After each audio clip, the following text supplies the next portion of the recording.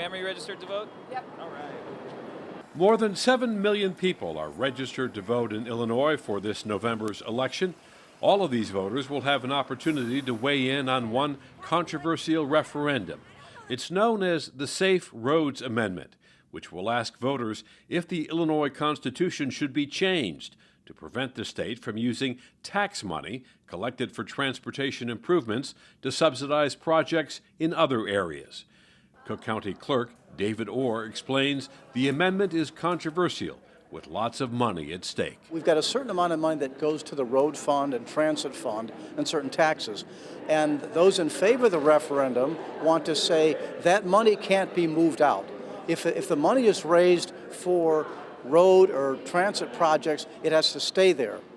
Those opposed say, well, that's fine, but sometimes there's a bigger emergency, and we might need to take some of that money to pay for schools or something else. Cook County residents will see 2 additional referendum questions on the ballot.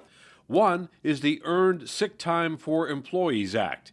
It would allow Illinois workers to earn up to 40 hours of sick time a year.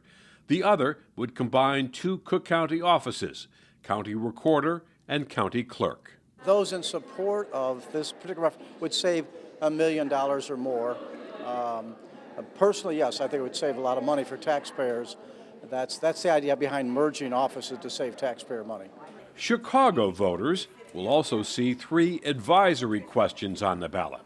The first one is on guns. Should Illinois strengthen penalties for the illegal trafficking of firearms and require background checks for gun dealers and their employees? The second one on school funding.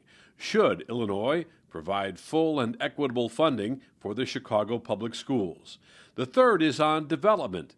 Should the city of Chicago work with federal and state governments to prioritize significant new investments in roads, bridges, public transportation, river and lakefront redevelopment, and additional green space? Or advises voters to visit their county clerk's office to review a sample ballot before heading to the polls next month. He says the stakes are high. Almost everybody has an opinion on which way the country should go. When you don't vote, you're letting someone who might have a diametrically opposed view than you have 2 votes.